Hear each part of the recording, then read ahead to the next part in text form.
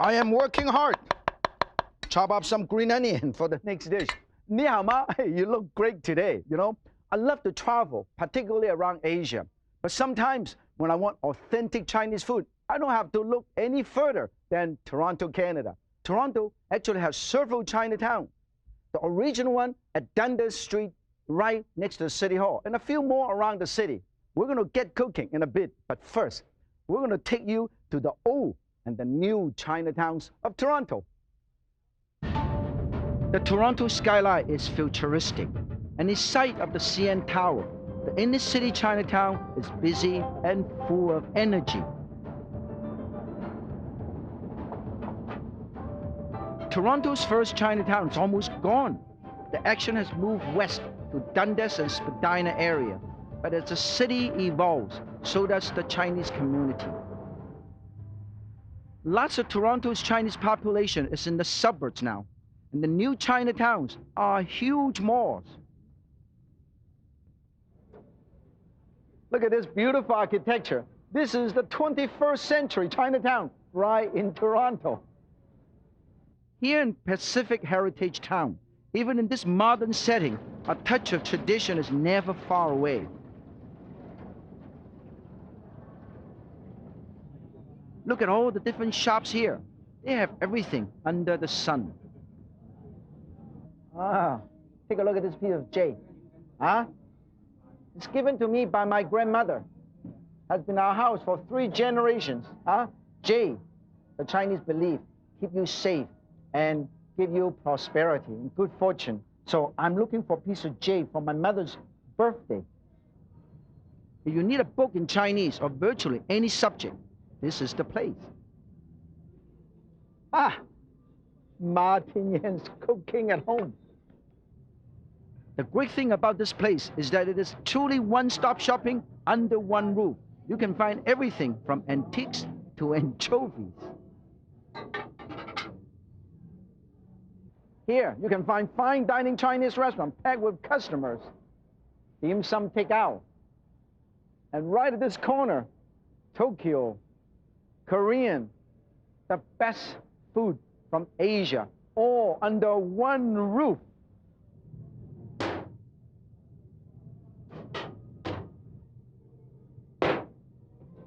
Delicious.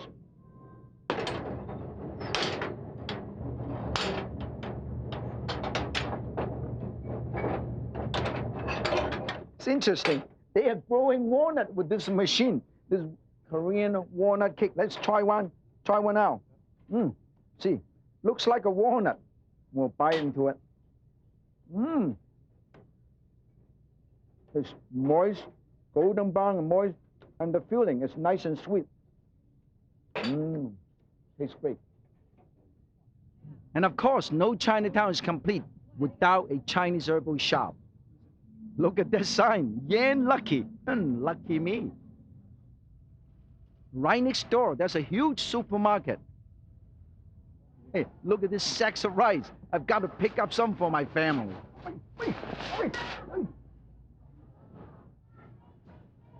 Imagine an entire supermarket full of Asian grocery. Goods from all over Asia, right here in Canada. Truly amazing. Tea packaged in beautiful containers like this. Variety of tea. Diet tea, jasmine tea, dragon well tea, red tea, fermented tea, tea in beautiful containers. Hey, look at all these fresh produce and fruits. This is a farmer's market, but it's an indoor farmer's market inside a supermarket. You know what? You got everything here. Fresh produce, fresh fruit. I'm going to check it out myself. Some of these fruits and vegetables are grown locally. Others, like this long an, are flown in all the way from Thailand. Look at this sugar cane. Tomatoes, fresh water chestnuts, naturally sweet. Napa cabbage, great for soup and casseroles. And of course, the grocer keeps everything fresh.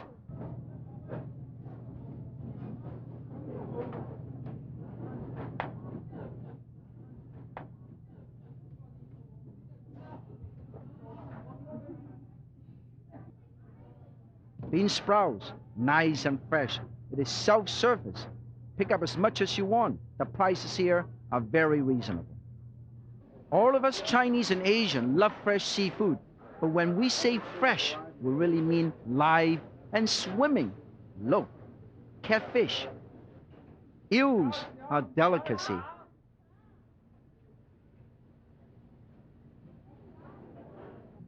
And fresh shellfish. And just like the traditional Chinatown, there are Chinese delis here. You can bring your dinner home already cooked. Oh, barbecue goose. I love it. $16.99 each plus tax. Which one is goose? This one? This one is goose. It's bigger than the duck. See, this is the goose. They're bigger than the duck. So you can truly find everything in the 21st century Chinatown. Whoa, crushing some ginger. Look at this. I literally crush everything. Minced ginger. I'll put it right here. I'm going to make a ginger scallion infused oil for my halibut. I'm going to do some very unique dish inspired by my good friend in Hawaii, Chinatown, Alan Wong, Chef Alan Wong. Wonderful chef. And this is sesame panko crust halibut. First, I put this ginger and garlic in this little small saucepan of hot oil. You see this? I have some hot oil right here. I put this right here, infuse. You can tell. I'm infusing this. See this? This. And I shut it off. All you have to do is just infuse it. Hot oil. And then all the flavor, all the aromatic flavor and compound and the chemicals infuse into my oil. That means my oil is very, very tasty with flavor with ginger and scallion or green onion. When this is done, I'm gonna put it over here. I want to tell you, see how easy it is. You see this? I put it over here. This is the oil, very nice. In fact, Chinese chefs use this a lot in a variety of dishes, okay? And then you can do this ahead of time. This is what I'm trying to show you is you can do this ahead of time and put it in the fridge, okay? And in the meantime, I'm gonna show you how to marinate our halibut. This is a piece of halibut. I cut into about 1 inch times 2 inch pieces. You can use any fish, any white fish would do. I'm gonna put this right over here and marinate with a tiny bit of pepper, white pepper, and a tiny bit of salt, and a tiny bit of infused ginger scallion infused oil. Oh, this is gonna be very tasty. We don't need this anymore. Marinate this. Beautiful. In the meantime, I am gonna dip this into this sesame seed breadcrumb, Japanese breadcrumb crust, okay? Make it into a nice crust, okay? Put it over here, put it over here. Hey, might as well do the whole thing.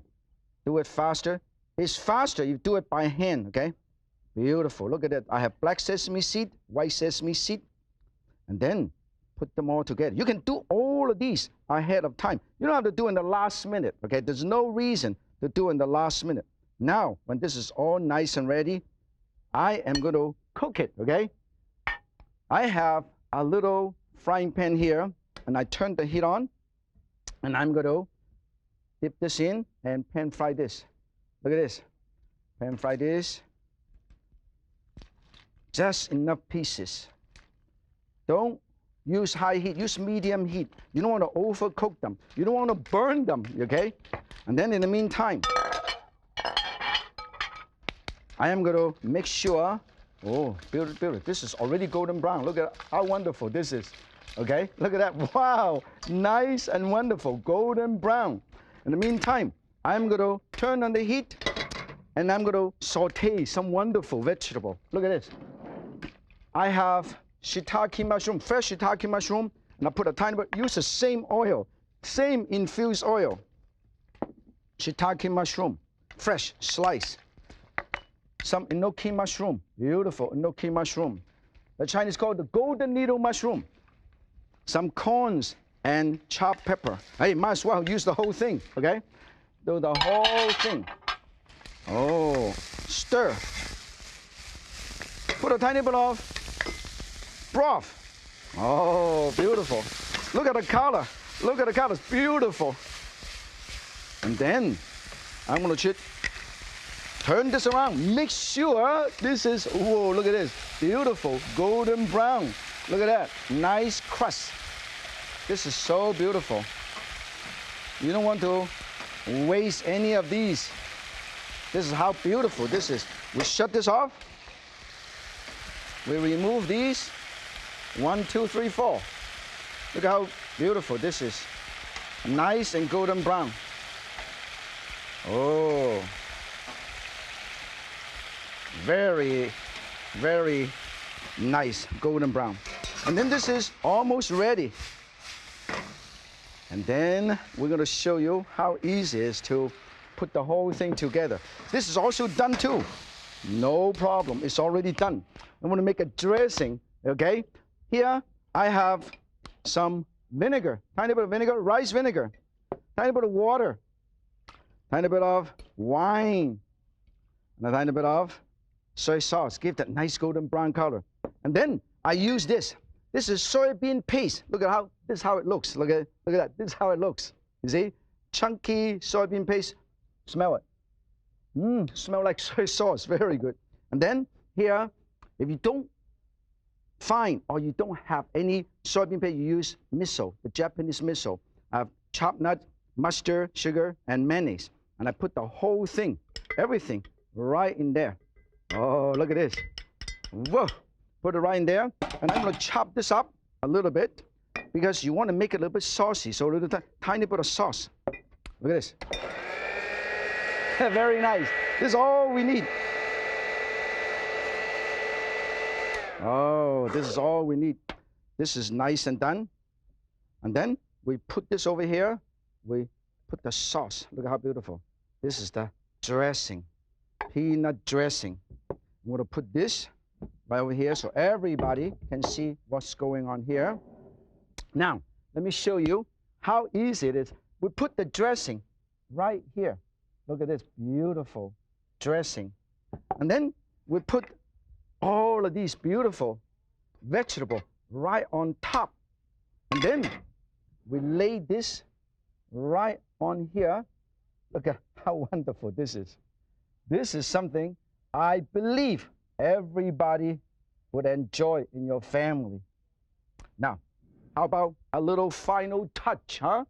Final touch, tiny bit of black sesame seed, enoki mushroom, and a tiny bit of green onion. Whoa, look at this. And then sprinkle a tiny bit extra enoki mushroom on the side. That means you have sesame panko crust halibut with a special peanut dressing. I'm going to cut some red bell pepper in diamond shape. You see, first remove the seed. Remove the seed. That's all you have to do. And to cut it up, I don't need the whole thing. I'm going to show you how to cut into little diamond cuts. You see, cut into little strips like this. And then you cut an angle, 45 degree, 45 degree, 45, 45, 45. Beautiful diamond cuts like this. Look at that. That's the diamond cut. And then you put this right over here. Because actually, that's all I need. I don't need all of these, okay? We save these for tomorrow. In the meantime, I'm going to show you, I am doing a dish with stir-fried chicken with a lot of seasonal fruit. I happen to love kiwi. You know, a lot of people don't realize. They always thought our kiwi is from New Zealand, from Australia. Actually, in Sichuan, in the ancient times, this had been grown and cultivated, and also in the wild, it's called the Sichuan wild gooseberry, also called the monkey fruit, okay? This is how you peel it. You can use a knife to go like that, or use a peeler, but this is how I peel it. Use a spoon, and I scoop it, push it inside like this, okay? Push it, and I push, and I push, and I just roll it. You know what? I have a whole thing peeled. Look at that, perfect, a piece like this. And this all peeled out like this. You don't, in fact, sometimes you can even eat the skin. I'm going to save the skin for myself because it's good. And then I'm going to cut this into little chunks like this. 1 and 2. And then I put them all together and go 1 and 2 and 3. And then you put them right over here. Now, You can eat it with the whole skin too. Then the next thing I'm going to show you is, because I have to cook chicken, right? Here's a piece of chicken breast, boneless, skinless, and I butterfly this. This is thicker on one side, and I cut into little strips like this, kind of little strips like this, okay?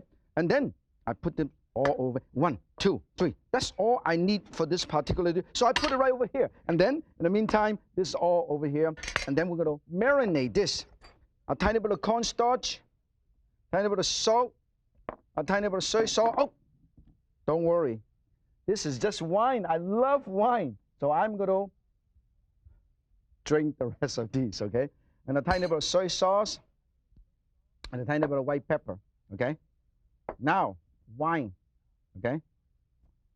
Put it right over here.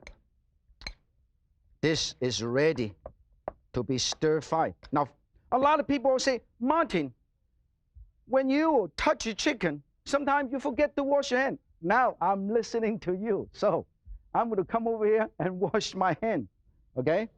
Okay, wash my hand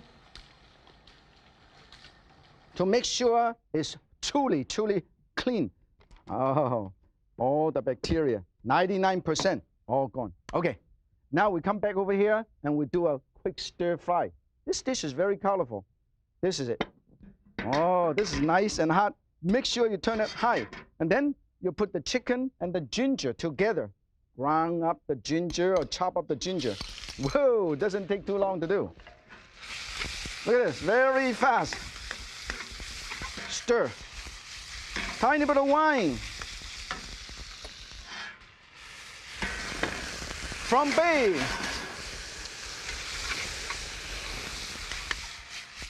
Whoa, like barbecue. Okay, and then you put the rest of the fruit. I have grape, green and red grape, kiwi, red pepper, and a tiny bit of the stem of the onion. Stir them, put them all together. And then we're going to add the seasoning. We're going to add a tiny bit of hoisin sauce. Oh, this is perfect. Hoisin sauce, Hoisin. Tiny bit of lemon juice.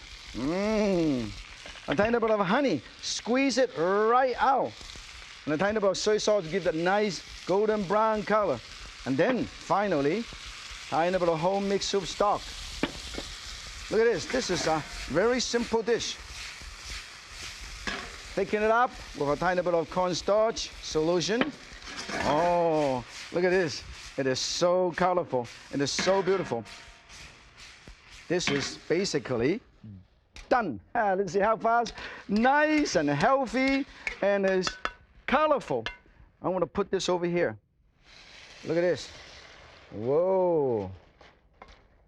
Now, we have these light, refreshing emerald chicken with grapes and kiwi.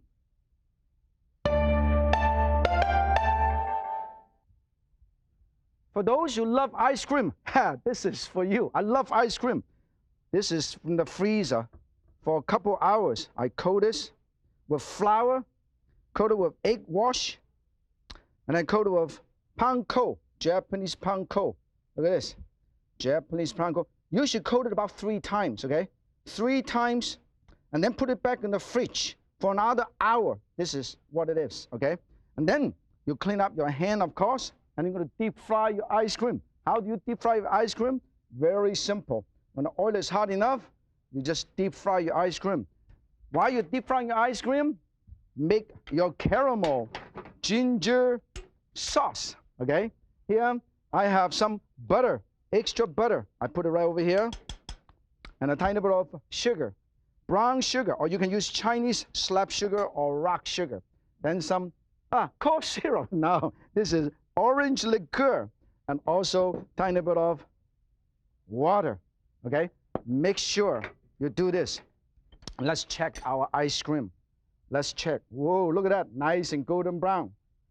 Because the crackers or the breadcrumb give that nice insulation, because I do it 3 layers, okay? So that's why the ice cream does not melt. When this is nice and done, you take it out. It doesn't take too long, because you don't want to let it sit there for too long. Nice and golden brown, and this is it. Nice, beautiful, golden brown. I'm going to put it right over here. And then another one is also done, golden brown. Another one is done, golden brown, okay? In the meantime, I want to quickly show you how to serve these.